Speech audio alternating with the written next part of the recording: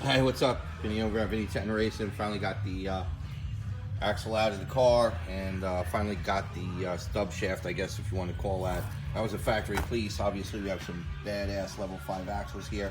And this piece that actually broke was from the factory, which is in a hub. It's still a pretty stout piece, as you can tell right here. That's a pretty stout piece. But in order to get it out, because once we got it out, we couldn't get the diff out. So in order to get the diff out, we were prying, chopping, chiseling, trying to get it out.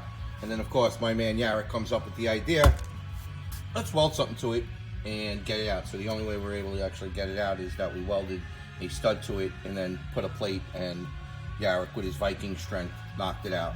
So once again, team effort.